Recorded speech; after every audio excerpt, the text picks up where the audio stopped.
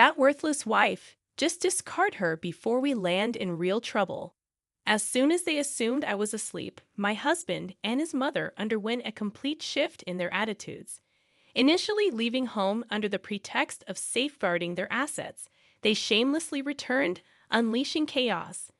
When I confronted them with reality, my name is Daisy, 30 years old, engaged to Brad after a 5-year courtship, living with his parents, the true nature of my husband and his mother became evident. Despite our initial agreement to purchase our own house after having our first child, almost 2 years had passed, and we were still residing with his parents. In this extended stay with my husband, his mother, and his younger brother, concerns about me surfaced among those around us. My parents lived at a considerable distance, requiring air travel, expressing regret that they couldn't provide assistance. Despite this, my relationship with my husband and mother-in-law remained strong, seemingly immune to the typical conflicts between mother-in-law and daughter-in-law. I was content until one day, an accident left me hospitalized with a broken bone. Initially, my husband and mother-in-law visited daily, displaying genuine concern. However, their visits dwindled to once a week, and their attitude took a drastic turn. Overhearing a conversation they thought I was oblivious to, my husband and mother-in-law expressed disappointment in me. The accident had rendered me unable to perform household chores or contribute financially. In their eyes, I transformed from a wife to a burden, with the idea of having children becoming even more distant. Their conversation continued, dismissing the purpose of our marriage, claiming that I was meant to serve as a maid and caregiver. Frustrated by the inconvenience, they discussed the possibility of divorcing me. Unbeknownst to them, I heard it all while pretending to be asleep. From that point on, their demeanor towards me grew increasingly cold. My husband's visits became sporadic, and my mother-in-law's comments were laced with disdain. The only solace came from my brother-in-law, who continued to assist me with daily tasks and offered emotional support during my hospitalization. Although physical therapy was challenging, my brother-in-law's presence helped me persevere. Despite my progress, when I shared news of potential lingering issues with my husband and mother-in-law, they argued over my fate, blaming me for their troubles. In reality, I had been caring for my father-in-law for 5 years, a responsibility I undertook while dating my husband. Why don't you live together since you are both going to get married anyway? Yeah, it's a great idea. We can save money by living together and then get married when we're settled. When I hesitated, they reassured me, it's okay. We have plenty of rooms and we won't invade your privacy. Plus, you don't need to pay rent. You want to marry my son, right? How could I refuse? But in return, we have a favor to ask, Daisy. While you're working from home, can you look after our father, who needs care? It's only for 4 to 5 hours during the day when my mother is out for her part-time job.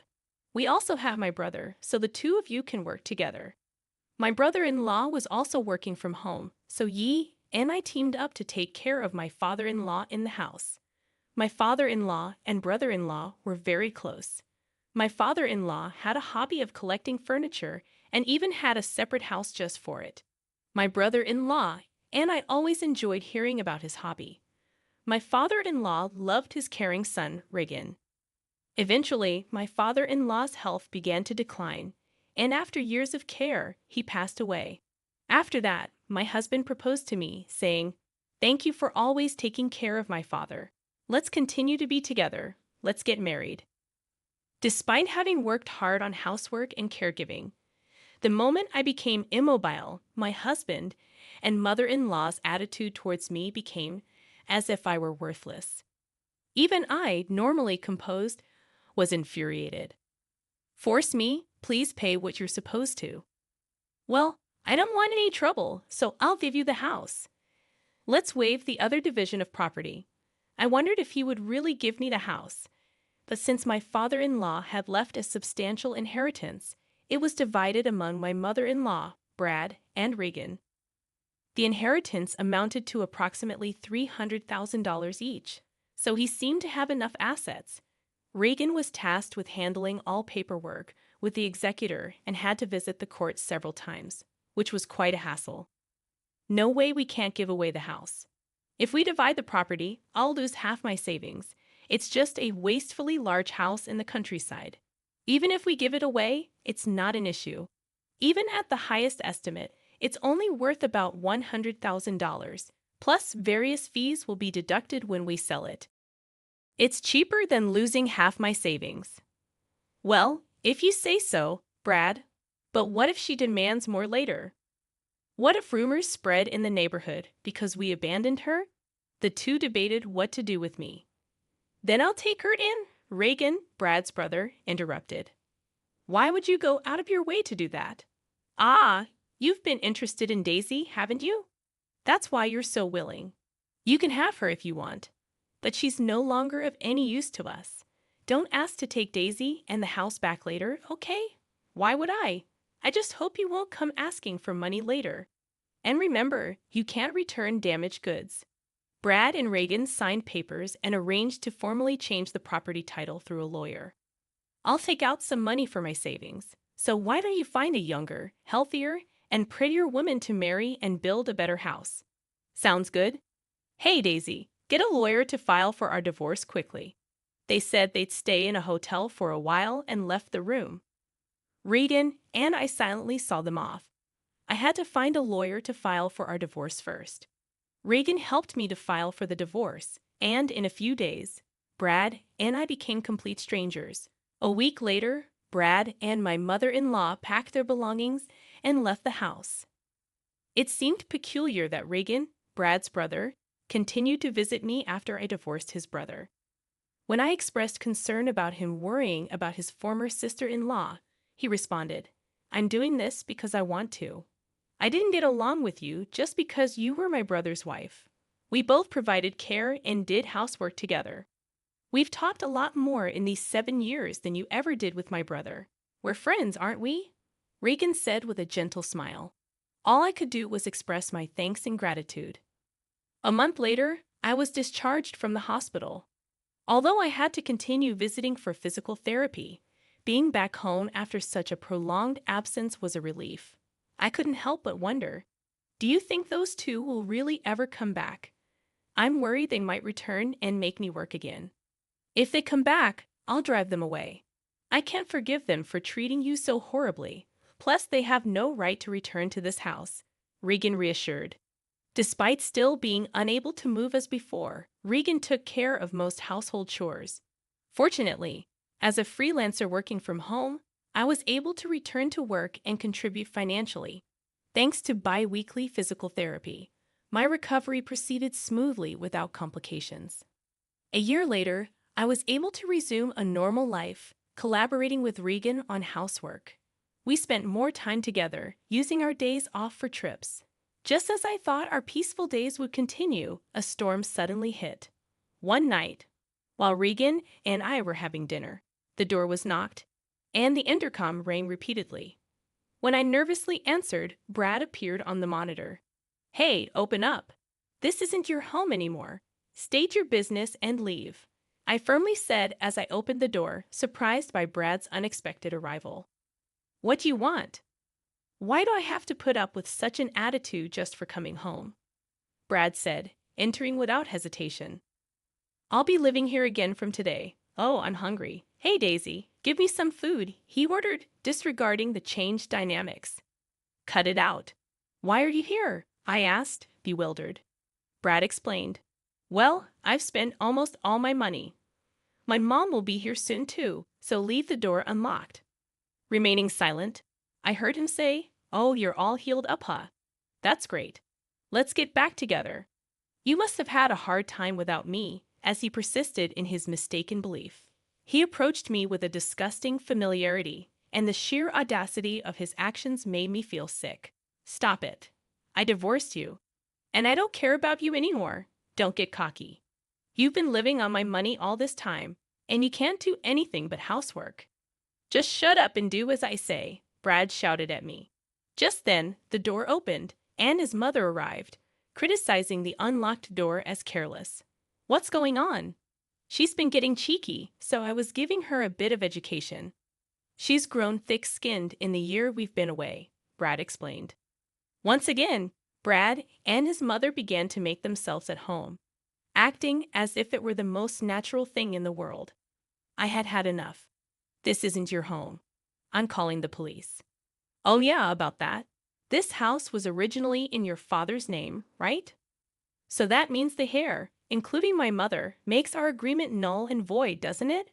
Brad shouted, making an unreasonable claim. You promised to give me the house. If you're nullifying that, then everything about the division of property should be nullified as well. Give me half the savings. Sure, but I don't have it anymore. Didn't I tell you earlier? I've squandered it all. I quit my job, spent it all on booze, fun investments, you name it, Brad admitted, shocking me with the unbelievable revelation. I also have some debts with consumer finance, about $20,000. I guess you can pay for me, he continued. Initially, I thought he was lying, but his mother confirmed it. I can't lend you that much money. I'm not asking you to lend it. I'm telling you to pay it. I'm not giving you any money. I'm calling the police, I declared. As Reagan dialed the police to report the situation, Brad began wreaking havoc in the house, breaking the precious furniture that had been my father-in-law's keepsake.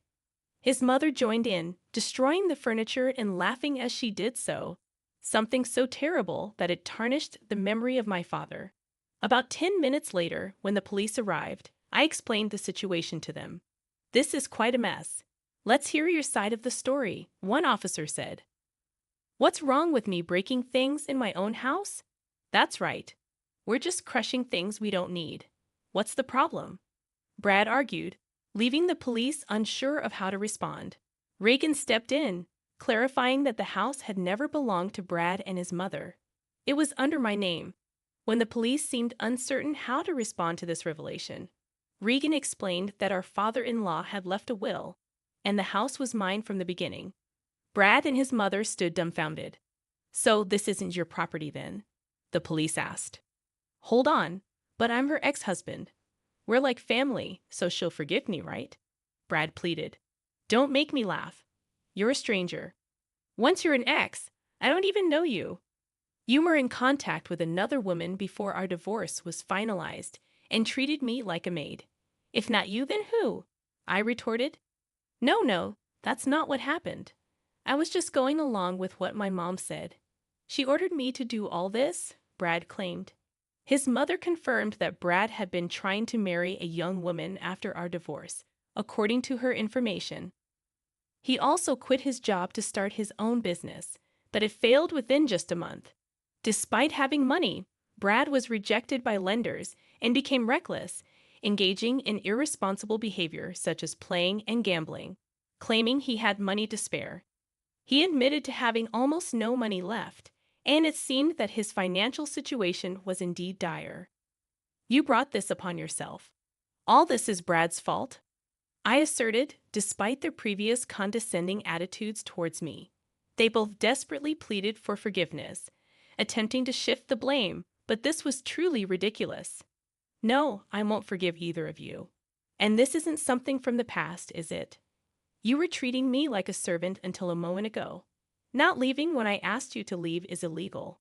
And since the furniture collected by my late father-in-law is now mine, you'll need to compensate me for that. But all right, we will compensate you. Just please don't get the police involved. You wouldn't want me to go to jail, would you? They pleaded. Unmoved, I responded. I actually don't care at all. By the way, we're married. It turned out I was married to my former brother-in-law, Reagan. It hasn't even been a year, and you've moved on to another man, my own brother at that. What are you talking about? You moved on before you were even divorced, didn't you? You wouldn't return Daisy to me, no matter how many times I asked. Stop clinging to the past already. Brad was left speechless. I don't care anymore. I'll pay for whatever damages there are. How much for my idiot husband's junk? Well, if we calculate roughly, about $100,000. The furniture that my father-in-law had collected was all high-end pieces made by famous designers, I explained. Brad and his mother, who had no interest in these items, seemed to have believed they were just junk. You're going to compensate for what you've broken, right? We're not sure if we can get the same items, but make sure to pay properly. Unable to afford such compensation, Brad and his mother were distraught. For the time being, the police took the two of them away for trespassing and vandalism. Of course, I didn't forgive them and proceeded with the lawsuit. Afterwards, Brad and his mother, who were desperately seeking help from Regan, were bluntly rejected. Regan said, "I'm ashamed to even be related by blood." Brad and his mother were likely receiving their just desserts together. And there's one more thing I kept secret. My father-in-law told me to sell the house and use the money as I wish. Regan had told me that the price of the house was $100,000. But in reality, the document stated the value of the house was around $500,000.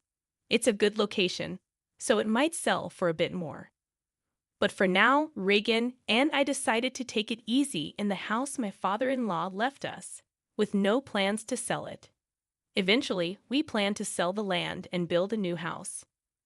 I had some worries about having children, so after getting married to Regan, I went to the gynecologist for a checkup. But there were no issues with either Regan or me. Now, with the troublemakers gone, Regan and I are living happily together.